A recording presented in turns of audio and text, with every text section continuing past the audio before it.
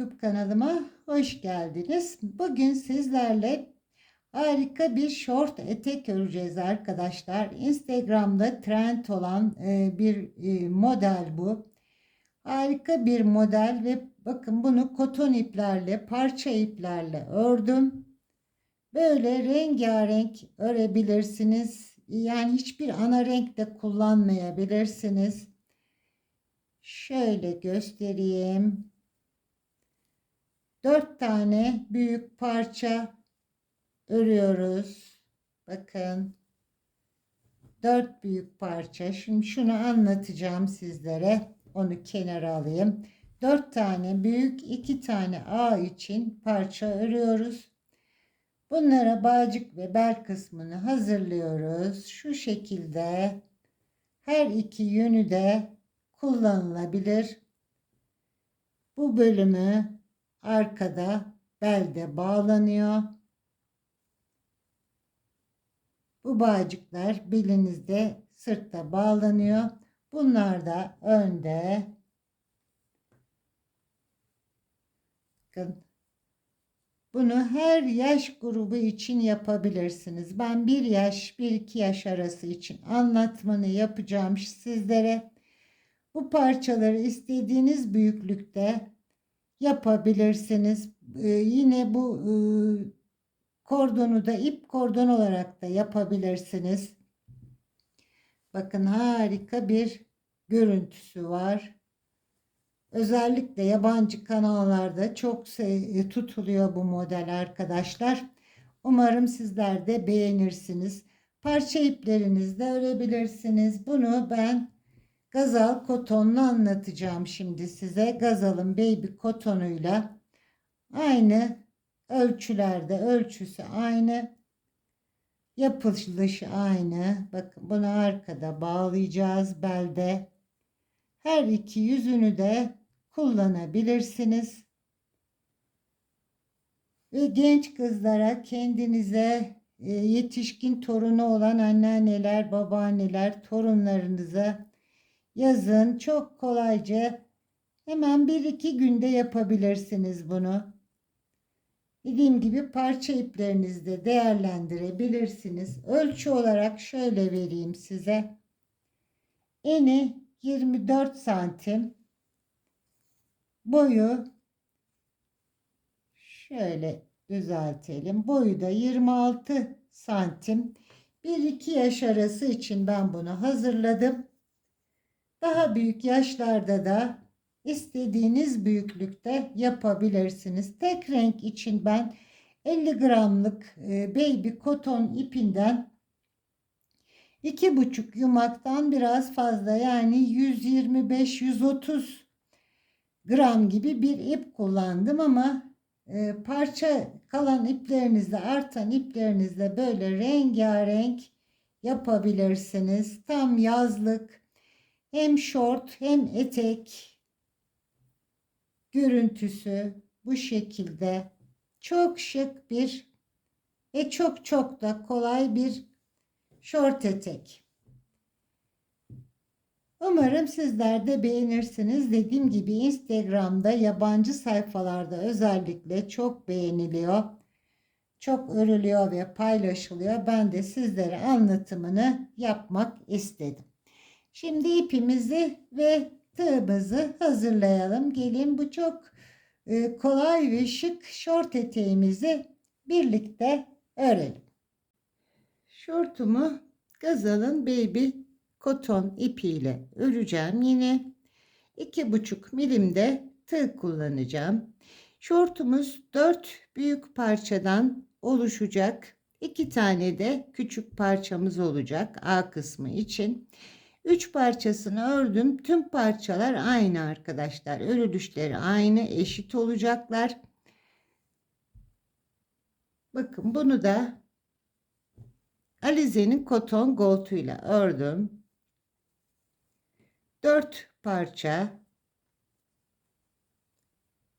4 tane eşit parça. A kısmı içinde 2 tane küçük parçamız. Bunlar da 2 sıradan oluşacaklar. Büyük parçalarda 10 sıradan oluşacak. Koton iple de, koton goldla da ölçüleri aynı şekilde oluyor arkadaşlar. Şort eteğimiz. Ben bunu böyle renkli olarak size model olsun diye hazırladım. Bu şekilde de örebilirsiniz. Şimdi düz renkle tek renk üzerinden öreceğiz. Önce sihirli halkamı oluşturuyorum. Parmağıma ipimi doladım. Aradan girdim, ipimi aldım. 1, 2, 3 tane zincirimi çektim. Zincirle birlikte 2 tane daha ikili trabzanım olacak. Tamamen ikili trabzanlar. 1, halkaya girdim. 2. Zincirle birlikte 3 tane. Arada 2 zincir. Tekrar halkama giriyorum. 3 tane ikili trabzan yapacağım. 1, 2,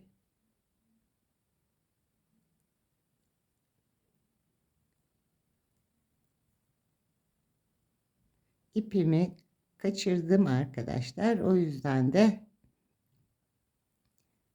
görüntüsü bozuldu. Hemen düzeltelim tekrar. Katını bozduğum için zincirimi çektim. 1, halkaya girdim. 2, tekrar halkama girdim. Üçüncü ikili trabzanımı yaptım. 2 zincir çektim. Tekrar halkaya giriyorum.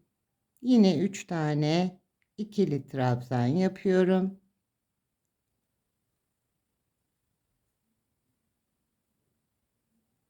Araya 2 zincir çekiyorum. Tekrar sonuncu trabzanlarım 1, 2 ve 3.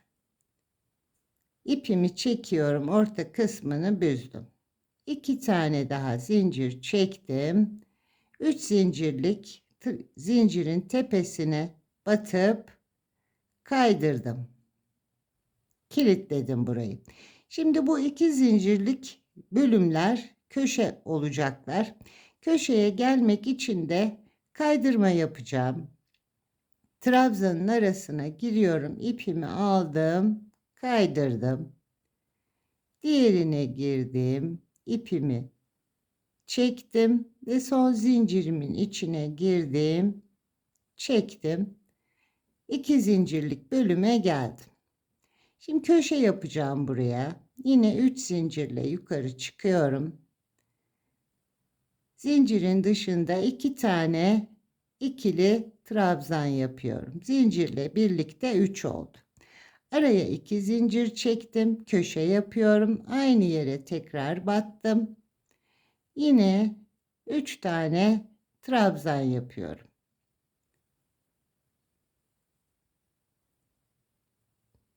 Şimdi diğer köşeye geçmek için burada bir zincir çekiyorum. Köşelerin dışında aralarda birer zincir çekeceğim arkadaşlar. Bir zinciri çektim. Diğer köşeme yine 3 tane ikili,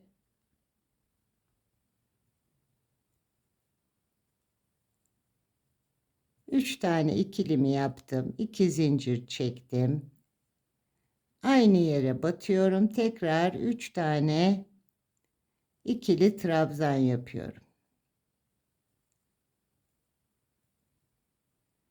Diğer köşeme geçmek için araya bir zincir çektim.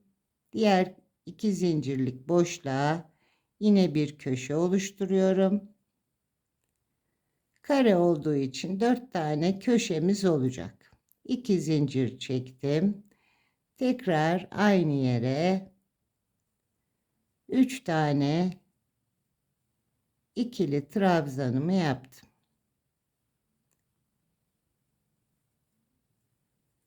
Arada bir zincir. Son köşemi oluşturuyorum. 2 zincirlik boşluğa girdim. 3 tane trabzanımı yapıyorum. 2 zincir. Aynı yere 3 tane daha ikili trabzanımı yapıyorum.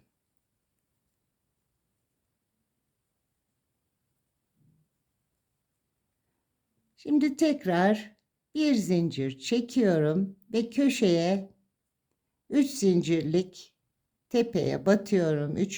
zincirin tepesine ipimi aldım ve kaydırdım. Yine bu köşe noktama gelmek için trabzanların üzerlerine batıyorum. İpimi alıp kaydırıyorum. Battım, ipimi aldım, kaydırdım. Zincirime battım, ipimi aldım, kaydırdım. Önce 3 zincirle yukarı çıkıp köşeme oluşturacağım. Zincirimle birlikte 3 tane olması için 2 tane ikili trabzanımı yaptım. 2 zincir çektim. Aynı yere tekrar 3 tane ikili trabzanımı yapıyorum. Bir zincir çektim. Şimdi arada boşluklar oluşuyor. Buralara 3 tane trabzan yapıyorum. 1, 2 ve 3. Bir zincir köşemi oluşturacağım. 1, 2, 3. 2 zincir çektim köşe için.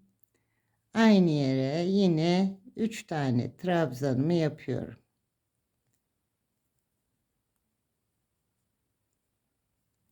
İkinci köşemi de yapmış oldum.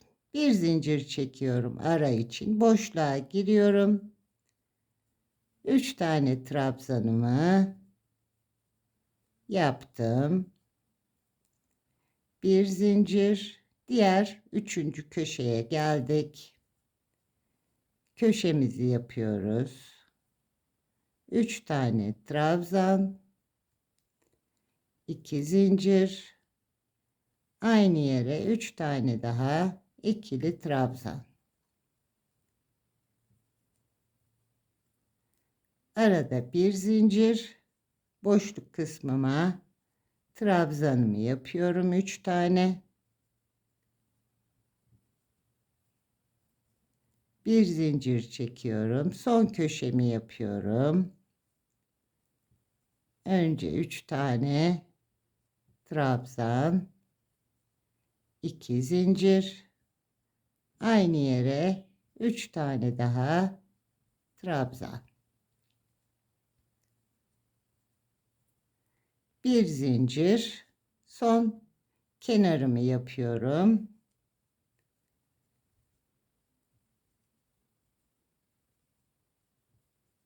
Üç tane trabzanımı yaptım. Bir zincir çektim. Başlangıçtaki 3 zincirin tepesine batıyorum. 3. zincire battım. İpimi aldım. Kaydırdım. Yine köşeye zincirlere gelmek için trabzanlarımı tepesine girip kaydırıyorum. Diğer trabzanıma girdim, kaydırdım. Son zincirimin arasından girdim, yine kaydırdım. 3 zincirle yukarıya çıkıyorum.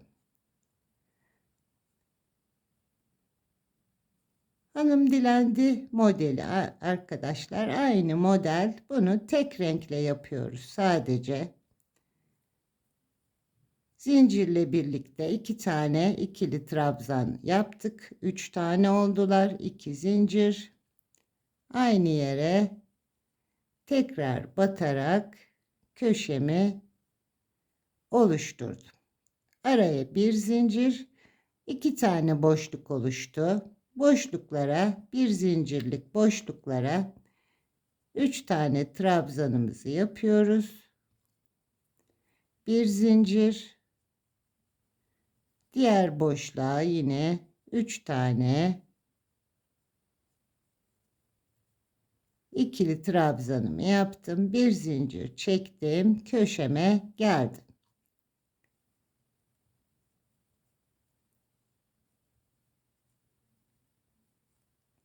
İki zincir.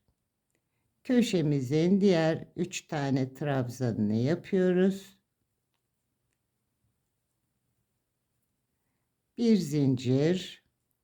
2 boşluğu dolduruyoruz. 3 tane ikili, bir zincir, diğer boşluğa 3 tane ikili, yine bir zincirle diğer köşemi öreceğim.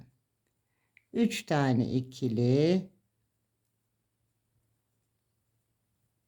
2 zincir, aynı yere 3 tane daha,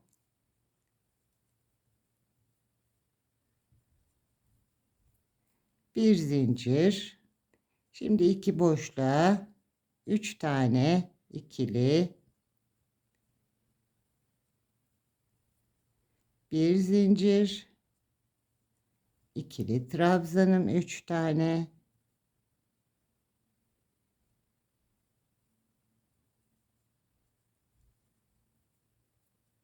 bir zincirle son köşeme geldim. Köşemizi oluşturuyoruz. 2 zincir, yine 3 tane trabzanım, bir zincir, son kenarımızı yapıyoruz.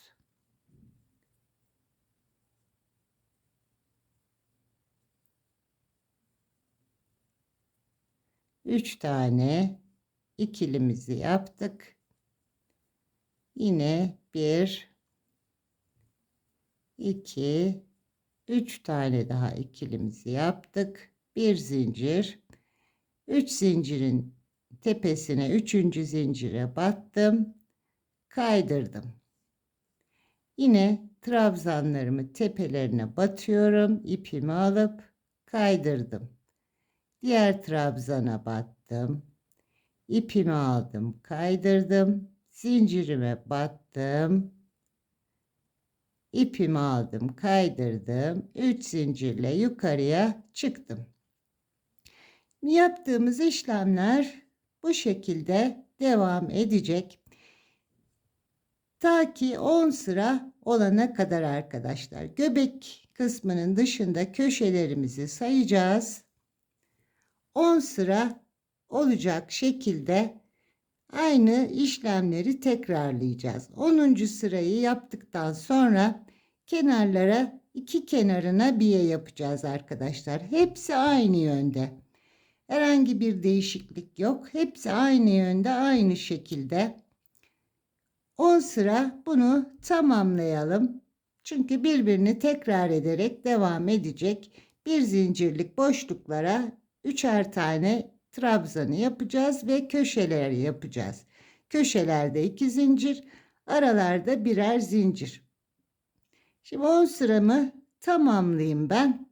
Bir kısmını birlikte yapalım. 10 sırayı tamamladım arkadaşlar.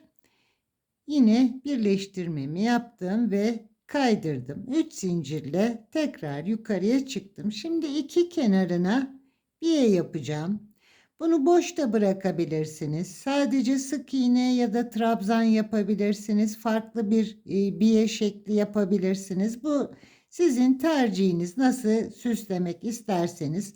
Bir kenarı kenarda kalacak, diğer kenarı da paça olacak. O yüzden sadece iki kenarına biye yapacağım.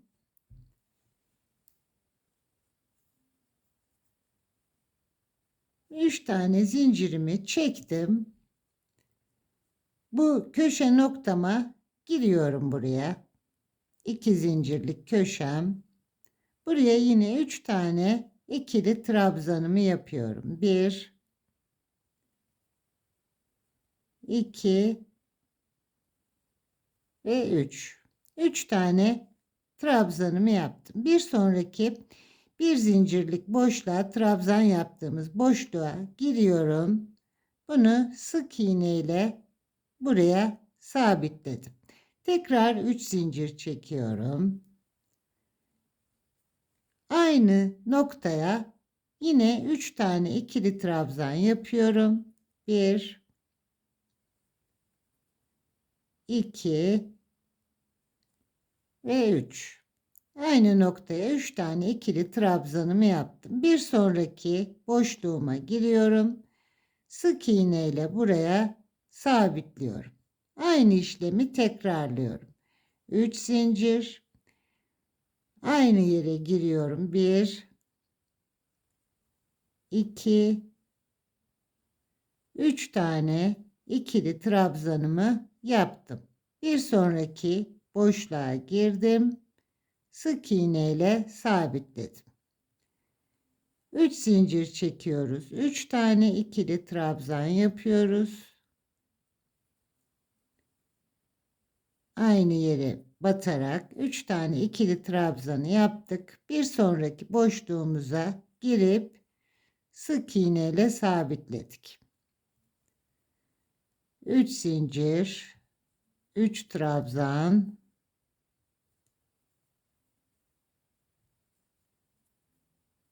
tığıma dolamadan bir sonraki boşluğuma sık iğne ile sabitliyorum. Köşeye kadar gidelim. Bu kenarı tamamlayalım. Diğer kenarı da yine aynı şekilde yapacağız. Köşeye kadar geldim. Tam köşe noktama yine sık iğne ile birleştirdim. Tekrar 3 zincir çekiyorum. Köşeye batarak 3 tane trabzanımı yapıyorum. Yine başına dolamadan diğer kenara geçtim. İlk boşluğuma sık iğne ile birleştirdim. Burayı da yine köşeye kadar devam ettireceğim. İkinci kenarımı da biyelemiş olacağım. 3 tane trabzan boşluğa sık iğne ile sabitliyorum. Diğer bu kenarımı da köşeye kadar geleceğim. Köşeye batıp ipimi koparacağım arkadaşlar. Şuraya kadar geleceğiz. Şimdi bu parçamızı tamamlamış olacağız. 2 tane de küçük parça yapacağız.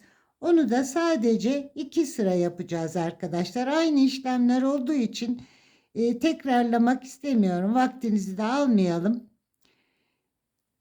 Göbeğin dışında 2 sıra öreceğim. 2 tane küçük parçayı sadece 2 sıra örmüş olacağım. 2 sıra örüp bırakacağız. 2 tane küçük parça, toplam 6 parçayı tamamlamış olacağız. Sonra birleştirmelerimizi yapıp beline bel kısmını, her iki parçanın da bel kısmını yapacağız kordonlarıyla birlikte. Şimdi birimizi tamamlayalım. 2 küçük parçamızı da örüp geleyim. Kenar birimi tamamladım. Şimdi bu başlangıçtaki sihirli halkadaki ipimizi de arkadaşlar mutlaka bu ortada trabzanların içinden kilitleyerek gizleyin. Yoksa açılma yapar. Bütün örgünüz, emeğiniz boşa gider. Bu sihirli halkanın ipini ilk baştaki oluşturduğumuz trabzanların içinden geçiriyorum. Katını tabi açmadan geçireyim. Evet. Aynı noktadan birkaç sefer geçirin. Burayı mutlaka kilitleyin arkadaşlar. Şöyle çevireyim. Bir diğer kenardan geçiriyorum.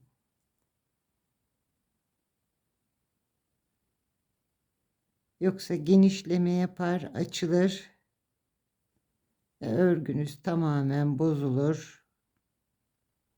Tekrar aynı noktadan alıyorum. sıkıca burayı kilitliyorum. İpim artık ilerlemiyor, gördüğünüz gibi kilitlendi. Fazlalık ipini de keselim. Şimdi 4 parçamızı tamamladık. 2 tane de küçük parça ördüm arkadaşlar. Sadece 2 sıra, ortadaki başlangıcın dışında 2 sıra ördüm. 2 tane küçük parça, bunlar A kısmını oluşturacak. İplerini uzun tuttum. Bunu dikişte kullanacağım. Şimdi dikiş bölümünü de göstereceğim. Bunu da kaydırdım yine, bakın. Kilitledik trabzanla. Zincirin üzerine kilitledik. 3 zincirin üzerine. Hemen bir yanındaki trabzanın altından giriyorum. Bu ipi arkaya alıyorum. Çünkü dikiş yapacağım. Şu köşeye, 2 zincirlik köşeye ipimi getirmem gerekiyor. Sonra bir yanındaki trabzana giriyorum. Önden ipi öne alıyorum. Ve en son zincir bölümüne geldim. Ortadaki zincirden de arkaya çektim. İpimi dikişe hazırladım. Şimdi dikişimizi şöyle yapacağız. Bir parçanın bir eli kısmı yanda, diğer bir eli kısmı aşağıda. Ön yüzü size bakacak. Diğer parçanın da yine ön yüzü size bakacak. Yine bir eli kısmı kenarda, diğer bir eli kısmı aşağıda. 2 parçayı koyduk. Diğer 2 parçayı, ön yüzü diğerine bakacak arkadaşlar. Yani ön yüzleri birbirine bakacak şekilde üst üste getiriyorum. Diğer parçam da yine aynı şekilde ön yüzleri birbirine bakacak şekilde hazırladım. Şöyle biraz ekranı genişleteyim.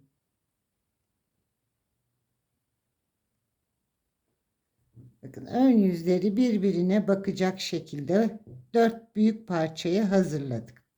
2 küçük parçayı da A kısmı bunlar. Bunlar da yine aynı şekilde ön yüzleri birbirine bakacak şekilde buraya getirdik. Şimdi öncelikle dikişimizi şu şekilde yapacağız. Üstteki parçayı bir alayım kenara. Burada 2 sıra bir kısmı hariç, bir dışarıda kalacak. En uçtaki 2 zincirlik bölümle buradaki 2 zincirlik bölüm ve burada da diğer köşeyi 1, 2, 3 köşeyle birlikte sayıyorum. Köşe, bir tane üçlü grup, bir tane daha üçlü grupta, bu da diğer köşeye gelecek şekilde. Bu şekilde önce bu yanı dikeceğiz. Arka parça ya da ön parça fark etmez.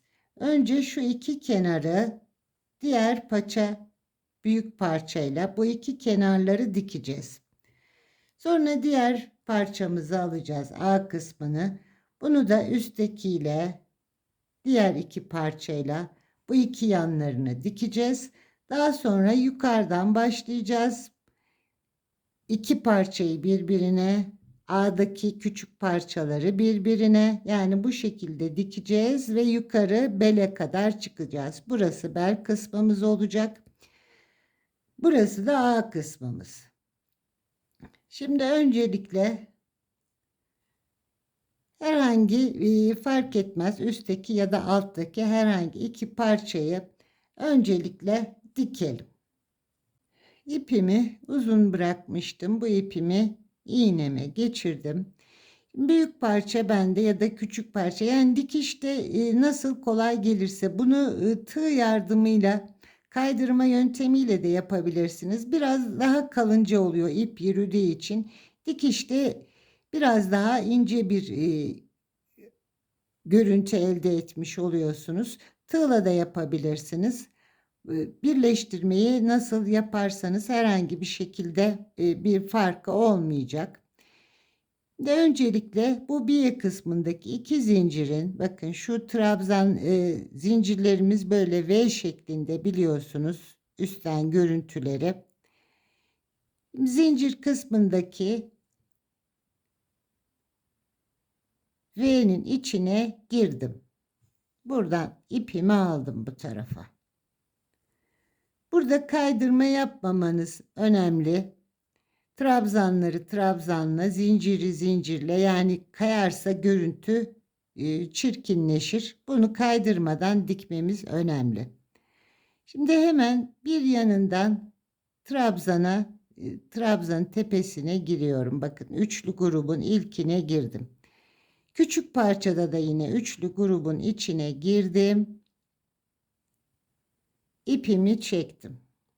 Aynı noktadan tekrar gireyim. Burayı sabitlemiş olalım. Hiç bozmadan ikinci trabzan tepesine giriyorum. Yine küçük parçada da ikinci trabzanın tepesine giriyorum.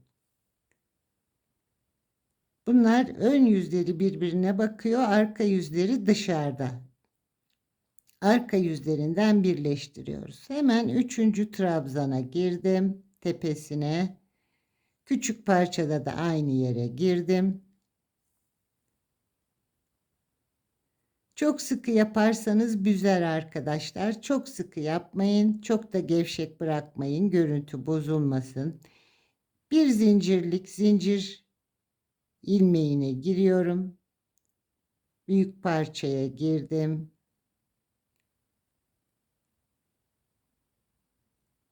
Küçük parçada da zincire girdim.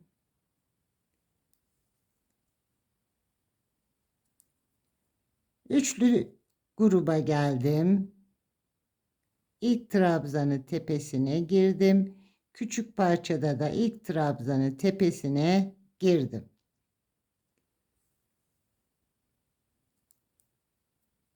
Hemen ikinciye, bir yandakine,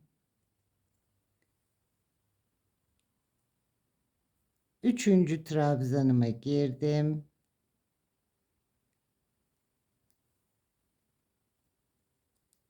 Zincirimize geldik. Zincire giriyorum. Ve net görün diye şöyle çekmeye çalışıyorum.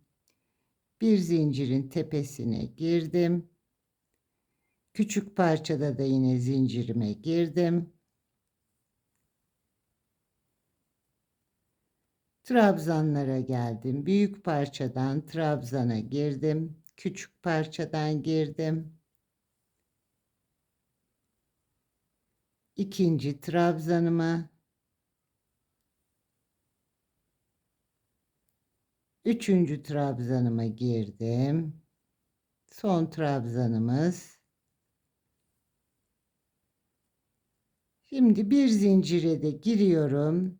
Burada 2 zincirlik köşe bölümü küçük parçanın, onun da bir zincirine girdim. Ve bir parçasını, küçük bölümü tamamlamış oldum. Şimdi aynı noktaya girelim. Burayı kilitleyelim. Biraz ipimizi burada yürütelim.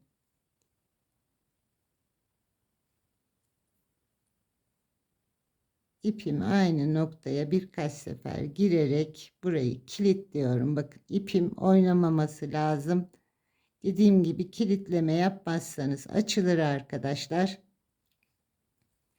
Bütün emeğimiz de ziyan olur. Evet, fazla ipimi şimdi kesiyorum.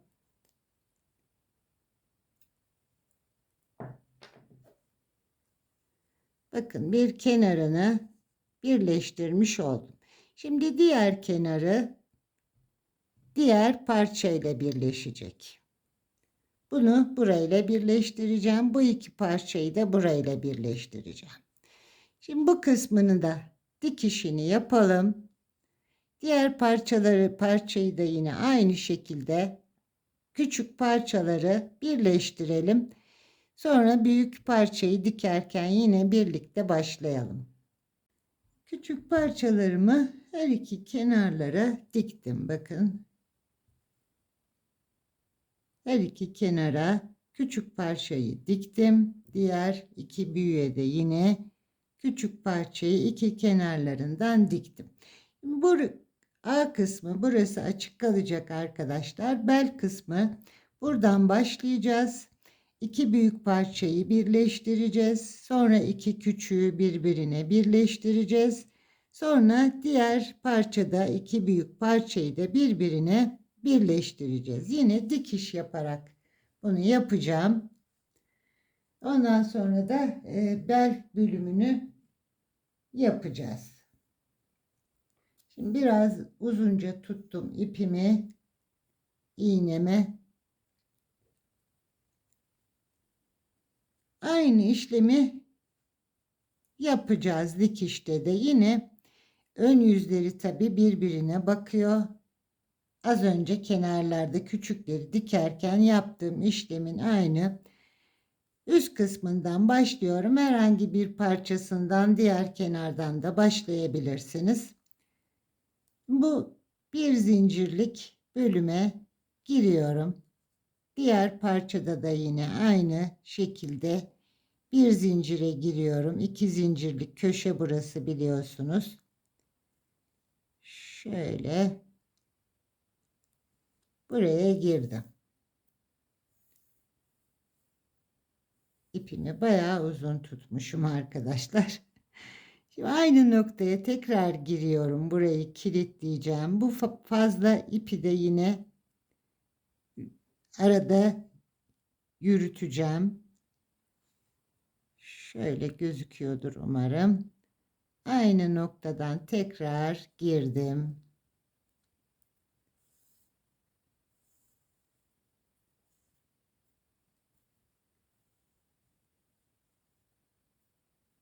Kaydırma yapmayacağız. Buna dikkat edeceğiz arkadaşlar. Köşelerdeki 3 tane trabzan, diğer köşede 3 trabzan.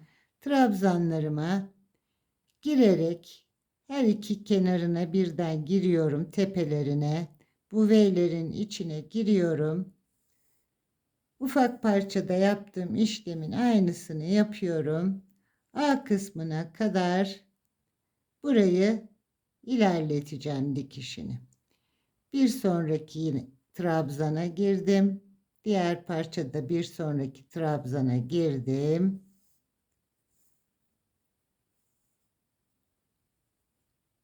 Yine ne çok sıkı yapacağız ne çok gevşek dikişimizi. Gevşek yaparsak esner, çok sıkı yaparsak da üzer arkadaşlar. Artık bunu kesmelerde de aynı şekilde yapıyoruz, örgüde. Zinciri olan bir zincirlik bölüme giriyorum. Her iki parçada da.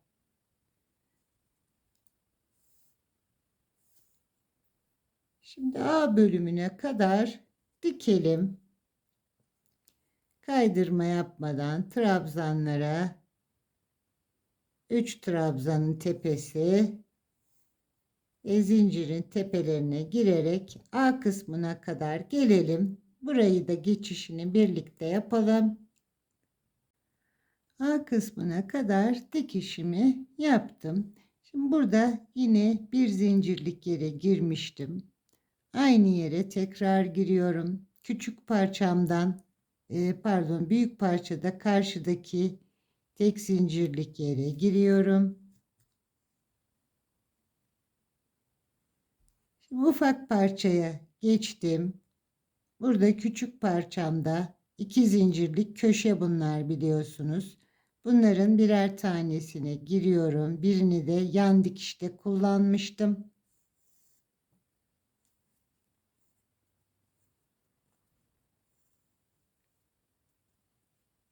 Aynı yere tekrar gireceğim arkadaşlar. Çünkü burası A kısmı olduğu için bir açılma olmasın.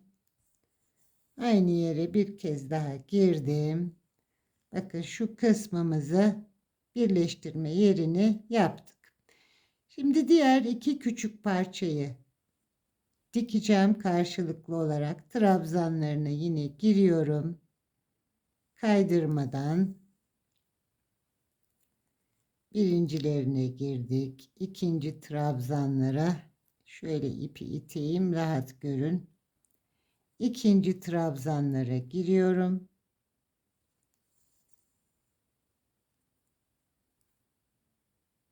Üçüncü trabzanlar, zincirime giriyorum. Aradaki bir zincire her iki parçadan yine trabzanlarım, bir, ikinci, üçüncü trabzanlarımız, aradaki bir zincir,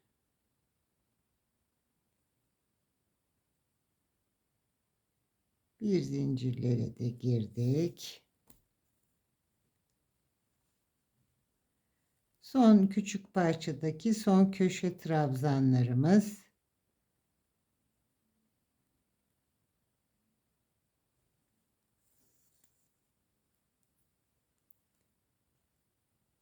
ikincisine de girelim.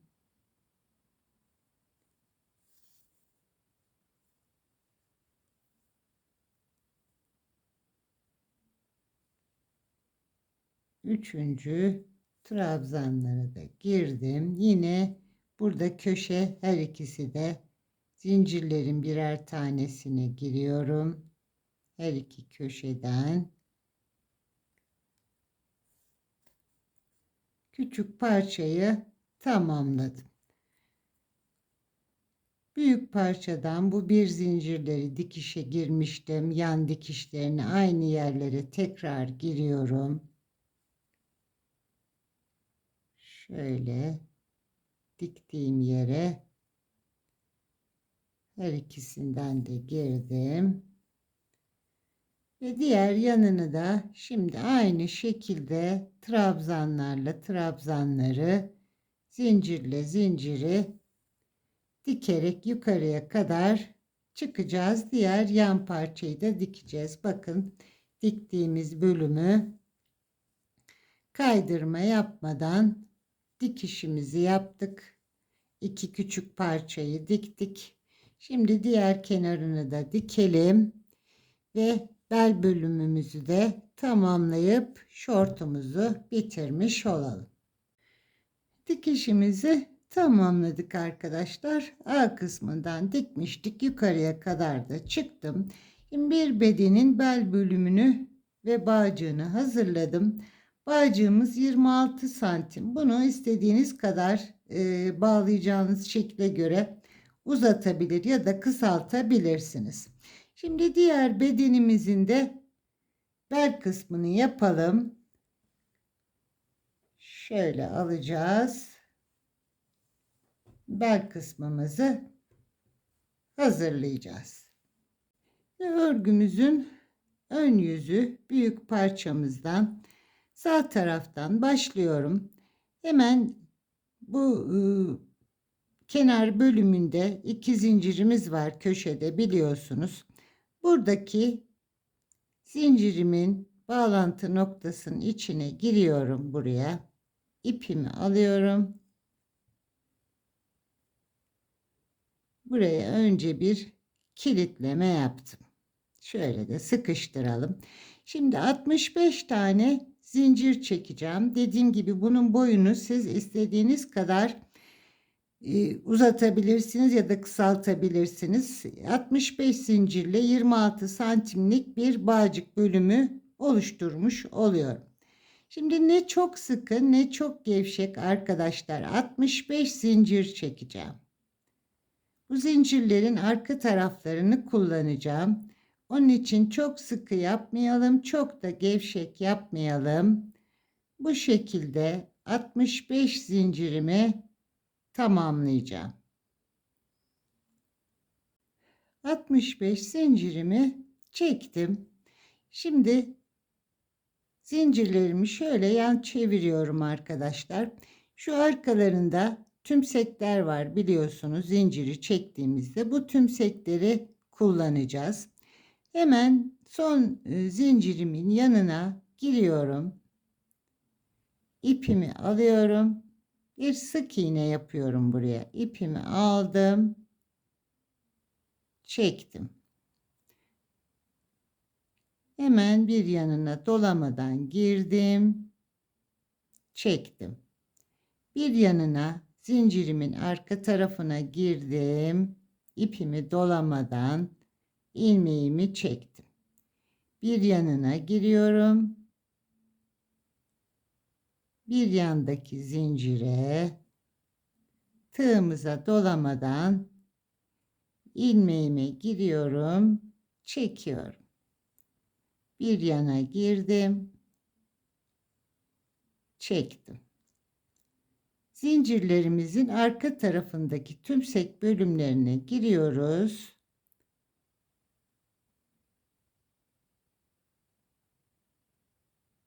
Bu şekilde beden bölümüne kadar zincirimizi bu şekilde ilerleteceğiz. Zincirimin arkasına girdim. İpimi aldım. Çektim. Hemen zincirimin arka tarafında şu kısmına girdim. İpimi aldım. Sık iğnemi yapıyorum. Şimdi beden bölümüne kadar buraya devam edelim. Bu şekilde. Başladığım noktaya geldim, beden kısmıma. Şimdi ilk ipimi bağladığım yere giriyorum. Bu köşeye. Buradan da bir sık iğne yaptım. Şimdi bütün trabzanların tepelerine ve bir zincirlik boşluklara ikili trabzan yapacağım. Hemen ilk köşedeki noktaya giriyorum. İkili trabzanımı yaptım. Trabzanların tepesine batıyorum. İkili trabzan. Üçer tane hepsi biliyorsunuz.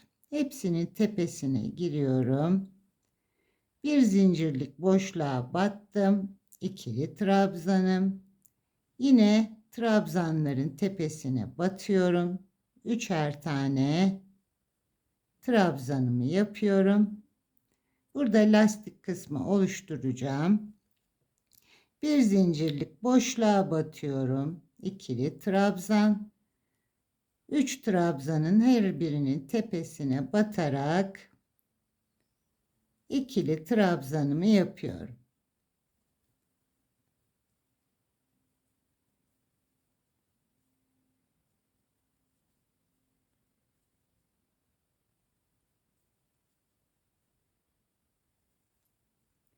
Şimdi bu trabzanlarım arkadaşlar, tamamen büyük parçanın birini tamamlayacağım. Orta noktada yine köşedeki iki zincire gireceğim. Bir tane yapacağım ve bu dikiş yaptığımız yere de batacağım. Buraya da bir tane yapacağım ve diğer kenara kadar. Buraya da yine kordon yapacağız, bağcık yapacağız. Şimdi ben bu bağcığı zincirlerle, trabzanlarla yapıyorum. Arzu ederseniz sadece bel lastiği yapıp kordon yaparak da bir bağcık oluşturabilirsiniz. Onu da belirteyim. Şimdi trabzanlarımı tamamlayayım. Şu orta noktaya da batacağım. Kenara kadar trabzanlarımı tamamlayayım. Arkadaşlar tam ortaya geldim. Şurayı da sizlerle anlattım ama paylaşayım yine de. Şimdi bu birleştirme noktamız olduğu için burası biraz aşağıda kalıyor. Buradaki trabzanımın boyunu biraz uzatacağım. Önce köşedeki iki zincirlik boşluğa giriyorum. Buraya 3 seferde çıkıyorum. Bir kez doladım ama üçlü trabzan yaptım. Burayı biraz yükseltmek istiyorum. Dikiş bölümüne girdim. Diktiğimiz noktaya ipimi aldım. Burası biraz sıkı olduğu için şöyle girdim. Bakın 3 seferde çıkacağım. 1, 2, 3. Biraz trabzanımın boyunu yükseltmek istediğim için yine bir zinciri, 2 zincirlik yere girdim. Bir kez doladım. 1, 2, 3 seferde çıktım. Normal trabzanlarım tepelerine batıyorum. Normal ikili trabzanlarımı yapıyorum. Kenara kadar bir zincirlik boşluğa da giriyorum. Kenara kadar ilerleyelim. Şurayı bir parça boyunu yükseltmiş oldum. Tam orta kısmında. Kenara kadar geldim. Yine bu ilk kenar bölümünü yaptığımız 2 zincirlik yere girdim. Buraya da bir ikili trabzanı yaptım. Ve yine 65 zincir çekiyorum. Aynı şekilde zincirimi çekeceğim ve diğer taraftaki kenardaki işlemimi buraya da yapacağım. 65 zincirimi çektim. Şimdi örgümü çeviriyorum. Arka yüzü kendime gelecek şekilde. Çünkü arkadan bel kısmımızı arkadan ilerleyeceğiz şimdi. Önce burada bir önceki kordonda yaptığımız, bağcıkta yaptığımız işlemi yapıyorum. Böyle yan çeviriyorum. Arka kısımlarına giriyorum. Kabartıların içine sık iğnemi yapıyorum. Zincirlerin arka kısımlarına giriyorum.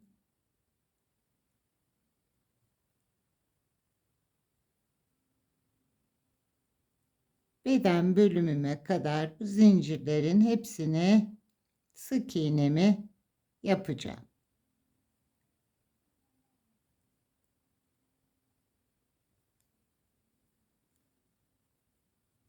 Trabzanlara kadar ilerleyeyim. Trabzanlarıma kadar zincirimi sık iğnesini yaptım. Şimdi ilk trabzanımın tepesine batıyorum. Bir ikili trabzan yaptım. Bir sonrakine arka trabzan yapacağım arkadaşlar. Aradan girdim. Tığım, trabzanı tığımın üzerine aldım. Bir arka trabzan yapıyorum. Bu önde tabii ön trabzan olarak gözükecek. Bir sonrakine batıyorum. Normal ikiliyi yapıyorum. Bir diğerine arka trabzan. Trabzanımı tığımın üzerine alıyorum. Bir ikili trabzanı yaptım. Bir sonrakine normal trabzan yapıyorum. Birine arka trabzan. Birine bir sonrakine normal ikili trabzan. Tepesine batıyorum trabzanımın. Normal ikiliyi yapıyorum. Birine trabzanın üzerine batarak bir diğerine arka trabzan yaparak bu sıramı bu şekilde tamamlayacağım. Bu örgümün arka yüzü, tekrar belirteyim. Trabzanımın arasına giriyorum. Bir tane arka trabzan yapıyorum. Sıradakine trabzanın tepesine batarak ikili yapıyorum. Birini arka,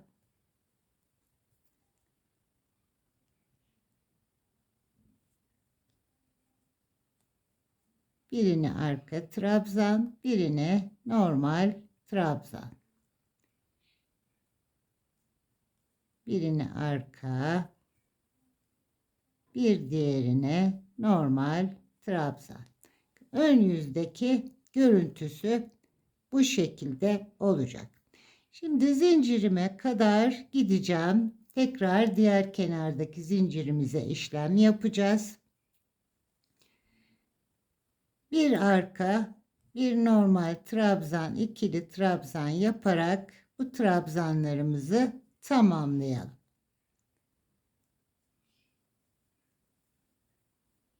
Bir tane normal, bir tanesine arka trabzan.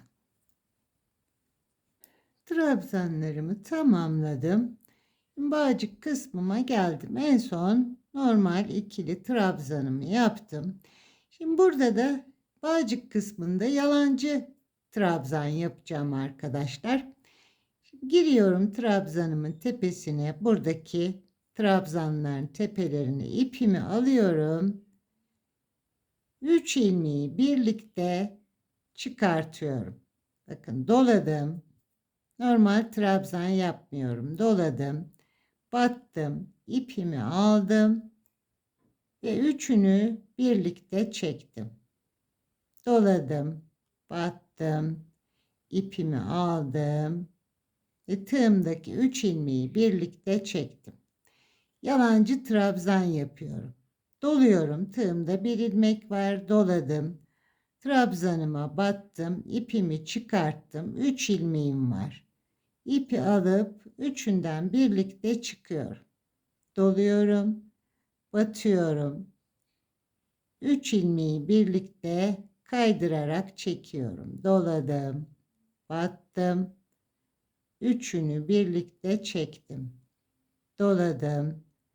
Battım. İpimi çıkarttım. 3 ilmeği kaydırarak çektim. Başa kadar yine kordonumun da arka yüzündeyiz arkadaşlar. Çekiyorum. Batıyorum. İpimi alıyorum. Kaydırma yaparak üçünden çıkıyorum. Doladım. Battım. İpimi çıkarttım. Üçünü birlikte aldım. Doladım. Trabzanıma battım. Bir ilmek çıkarttım. Tığdaki 3 ilmeği kaydırarak çektim.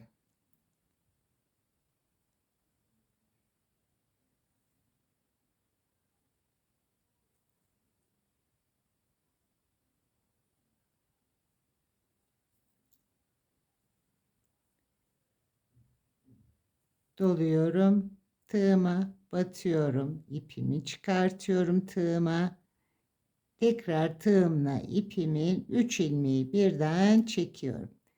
Başlangıç sıra sonuna kadar en uç noktaya kadar bu şekilde ilerleyeceğim. Uca kadar geldim. En son trabzana tekrar battım. İpimi aldım, kaydırdım. Burada bir dönüş yaptığımız zincirimiz var. Buraya da batıyorum en uç noktasına.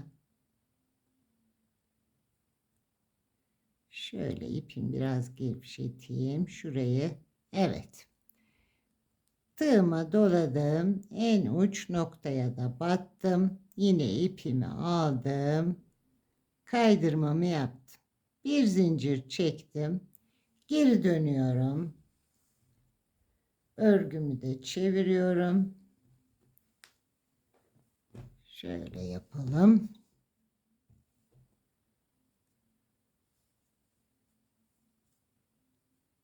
Şimdi geri döndük. Bu kordonumuzun bu tarafının işlemi bitti. Şimdi burada kaydırma yapacağım yine. Hemen dibinde değil bir yanındaki trabzana bakın. Şu şekilde her iki V'nin her iki ucuna giriyorum. İpimi alıyorum. Tığımdaki ipten kaydırıyorum. Her iki kanadına giriyorum. İlmek kanatlarına giriyorum arkadaşlar. Şöyle düzelteyim tekrar. Bu V'lere giriyorum. İpimi alıyorum. Kaydırıyorum. Çok sıkı sıkı yapmayın arkadaşlar. Çok da gevşetip ilmek görüntüsünü bozmayalım. V'lerin içine giriyorum bakın. İpi alıyorum. Tığımdaki ipten kaydırıyorum.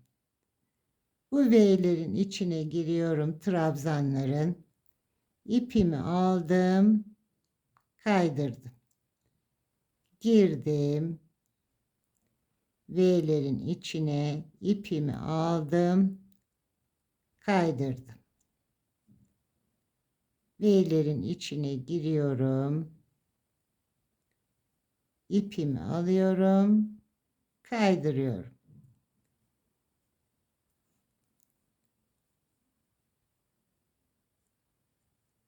Trabzanların V şeklinde ilmeklerine girdim. İpimi aldım, kaydırdım. Girdim. İpimi aldım. Tabii ilmeği çıkarttığım zaman böyle kaçıyor arkadaşlar. Giriyorum. İpimi alıyorum ve tığımdaki ipten kaydırıyorum. Şimdi trabzanlarıma kadar bu kordonumu bu şekilde devam edeceğim. Trabzanlarımızı da tekrar size göstereyim. Bu kez ön yüzde yapacağız trabzanlarımızın işlemlerini. Bakın bu şekilde görüntümüz. Trabzanlarıma kadar kaydırma yaparak ilerliyorum. Kaydırmalarımı tamamladım. En son bir tane daha kaydırma işlemimi yaptım. Trabzanlarıma geldim. Bakın düzgün bir şekilde kordonumuzu birini tamamladık. Şimdi ön trabzanlar arkada, arka yüzde arka trabzan yaptık. Burada ön trabzan olarak gözüküyor. Normal trabzanları trabzan yapacağız. Diğerlerini ön trabzan yapacağız. Hemen sıradaki trabzan tepesine batıyorum. Bunu normal ikili trabzan olarak yapıyorum.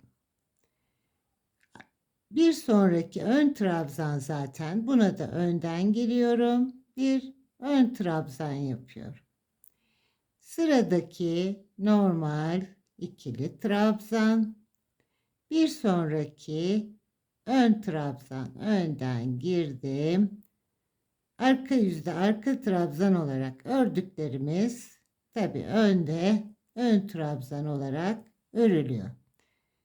Önden giriyorum trabzan ilmeğimin içine. Bir ön trabzan yaptım. Bir sonraki trabzanın tepesine batıp normal ikilimi ördüm. Birini önden örüyorum. Birini normal örüyorum. Bunu lastik olarak biri ön biri arka olarak yaparsak burayı toplar arkadaşlar. O yüzden bir tanesi normal ikili, biri ön yüzde ön trabzan, arka yüzde arka trabzan olarak örülüyor. Bir tane normal trabzanıma batıyorum. Normal trabzan olan ilmeğime normal trabzanımı yapıyorum. Ön trabzan olana önden giriyorum. Trabzanımı yapıyorum. Bağcık kısmıma kadar ilerleyeceğim. Bağcığımda bu taraftaki işlemi aynısını orada da diğer bağcıkta da yapacağız. Bir normal trabzanım, bir ön trabzanım. Bunu yaparak ilerleyelim.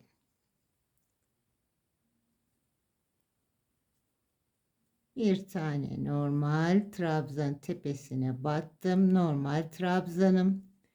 Bir diğeri ön trabzan. Bunu da önden girip ön olarak yaptım.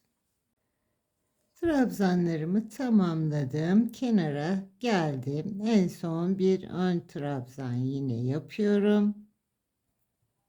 Önden girdim ön trabzanıma. Bir ön trabzan yaptım. Bir normal trabzanla burayı tamamladım. Şimdi bağcığımda diğer bağcıkta yaptığım gibi tığıma doluyorum. Trabzanıma battım. İpimi aldım ve kaydırdım. tığıma doluyorum. Trabzana batıyorum. İpimi alıp kaydırıyorum. Aynı işlemi burada da yapıyorum. Ön yüzümüzdeyiz. Tekrar belirteyim. Doluyorum. İpimi alıyorum. Kaydırıyorum. Şimdi uca kadar yine bu bağcığımı tamamlayalım. Arka yüzümüzde yine kaydırma yapacağız. Trabzanlara girerek bu bağcığımızı da tamamlamış olacağız. Doladım, battım, ipimi aldım ve 3 ilmekten birlikte çıktım. Sıra sonuna kadar, zincirimin ucuna kadar geldim. Yine burada bir zincirle dönüş noktama batıyorum. Buraya da yalancı trabzanımı yapıyorum. Bir zincir çektim.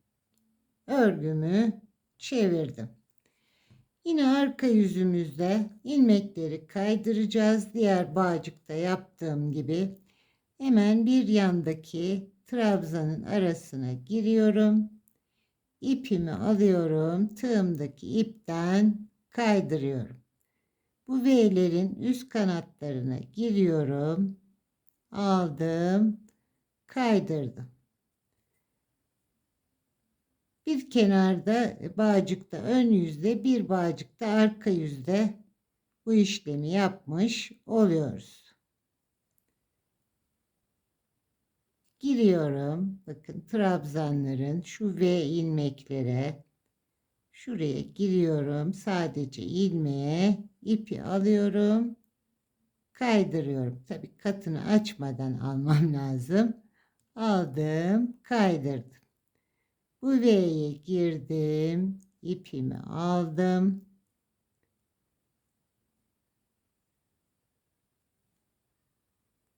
Kaydırmamı yaptım. Bu V şeklindeki ilmeği girdim. Trabzana ipimi aldım. Kaydırdım.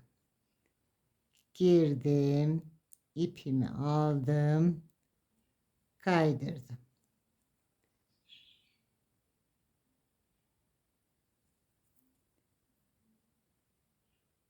Bozuk oldu arkadaşlar. Onu düzeltmem gerekiyor.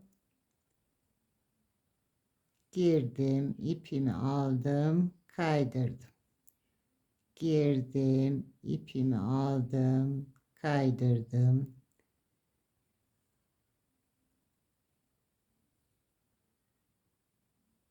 Bu V şeklindeki trabzanların tepelerine giriyorum, ipimi alıyorum. Tığımdaki ipimden kaydırıyorum. Bakın arka yüzü, ön yüzü, görüntüsü bu şekilde. Şimdi trabzanlarıma kadar geleceğim. Yine trabzanlarda arka trabzan yapacağız arkadaşlar. Çünkü arka yüzündeyiz. Normal trabzanlara trabzan, diğerlerine arka trabzan yapacağız.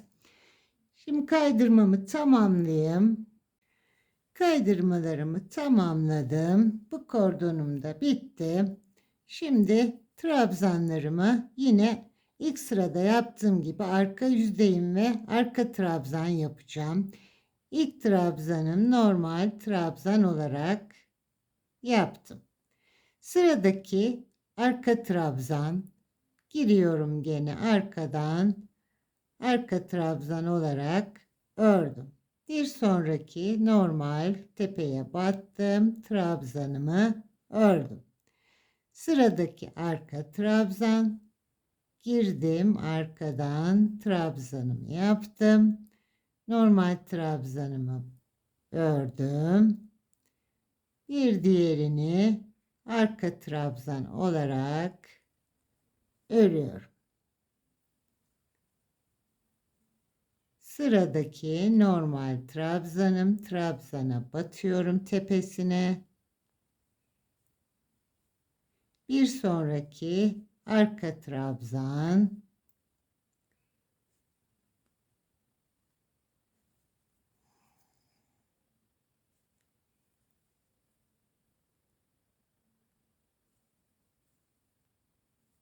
Biri normal trabzan. Biri arka trabzan. Şimdi yine sona kadar bu şekilde devam edeceğim. Zaten trabzanlarım belli o arkadaşlar. Bakın arka trabzan bu arkada. Bunu arkadan alıyorum. Diğerini normal olarak örüyorum.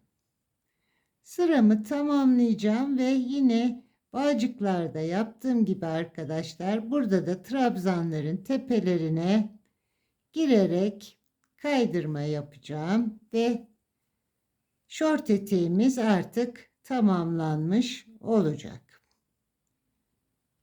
Sıramı tamamlayayım. Bir normal trabzanımı, bir arka trabzanımı örerek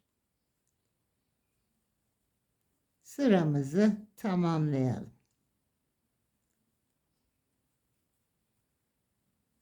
Bakın ön yüzde görüntümüz yine bu şekilde. Son trabzan sıramızı örüyoruz. En son trabzanıma kadar geldim. Bir tane arka trabzanımı yaptım. Son trabzanımı yapıyorum.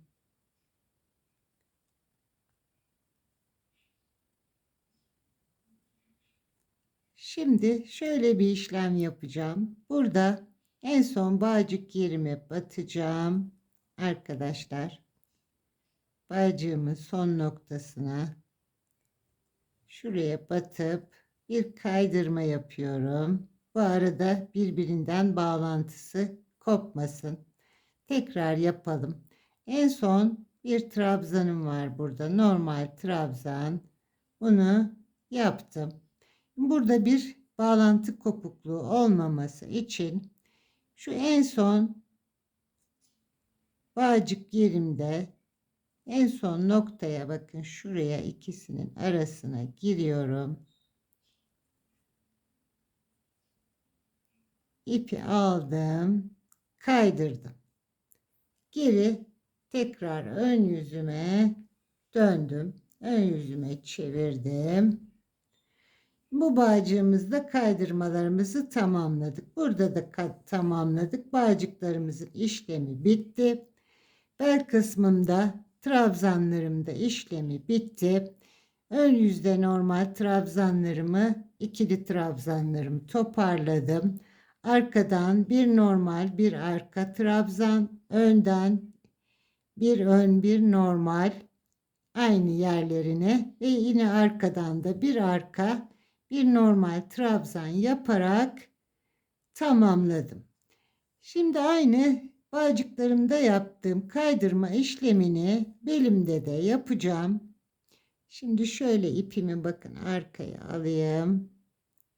Şöyle görüntümüzü düzeltelim. Buradaki yine bakın şöyle yakınlaştırayım. Şurada bak V şeklinde görüyorsunuz. Bağcıklarda yaptığımız yerler. Bu V'lerin içine gireceğim. Şuraya giriyorum. İpimi alıyorum. Kaydırıyorum. Bu kaydırma işlemimizi yapmazsak bakın böyle bir esneklik var. Kullandıkça bu çok genişler, gevşer.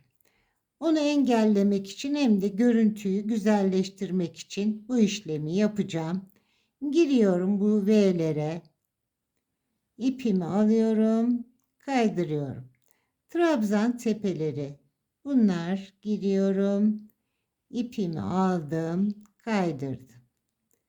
Girdim, ipimi aldım, kaydırdım. Bakın V şeklindeki ilmeğe giriyorum.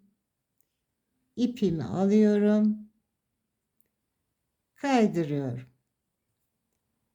Girdim, ipimi aldım, kaydırdım.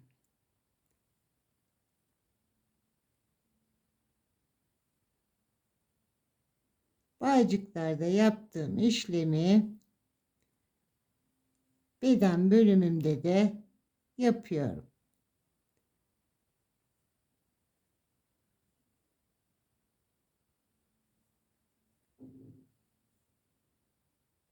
Zincirlerin içine giriyorum, ilmeklerin içine kaydırmamı yapıyorum. Bakın görüntüsü bu şekilde, bakın esnemeyi önlemiş oldum. Şöyle bir gevşeklik, bu kullandıkça daha gevşeyecek. Ama bu şekilde bir kaydırma yaptığımızda bakın esnemesini engellemiş olduk. Şimdi başa kadar artık bu kaydırma işlemimizi tamamlayalım ve şort eteğimizin son haliyle gelelim. Çok şık, çok da kolay bir şort etek hazırlamış olduk arkadaşlar. Şimdi son haliyle artık geliyorum. Şort eteğimizi tamamladık arkadaşlar. Şimdi size ben son halini gösterdim. Yaptığımız işlemleri şöyle tekrar göstereyim. 4 tane büyük parça, 2 tane küçük parça A kısmını ördük. Bellerini yaptık her iki parçanın. Şimdi şöyle alıyorum. Bunun istediğiniz parçası ön, istediğinizi arka olarak kullanabilirsiniz. Çünkü biliyorsunuz eşit şekilde yaptık. Şöyle alıyorum. Bu bağcıkları bel kısmında arkada bağlanacak.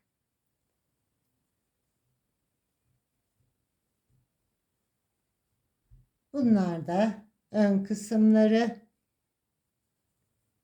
Bunu da şöylece bağlayalım.